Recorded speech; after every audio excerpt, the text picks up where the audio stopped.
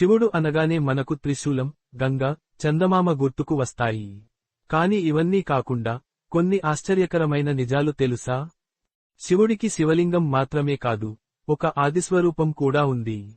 దీనిని లింగోద్భవ రూపం అంటారు. ఇది శివుని ఏకత్వాన్ని సూచిస్తుంది. శివుడి మెడలో నాగభూషణం ఎందుకు ఉందో తెలుసా? నాగులు కాలచక్రానికి సంకేతం. అంటే శివుడు కాలానికి అతీతుడు అని అర్థం. శివుడు గుహలలో తపస్సు చేస్తాడు. అందుకే కైలాస్ కొండలపై, హిమాలయాల్లోని మానసరోవర్ దగ్గర శివుని శక్తి ప్రసరిస్తుందని చెబుతారు. సముద్ర మథనంలో విషం తాగిన శివునిని దేవతలు నీలకంఠుడిగా పిలిచారు. కాని అసలు విషయమేంటంటే, ఆ విషాన్ని తాగాక కూడా శివుని శక్తులు మరింత పెరిగాయి.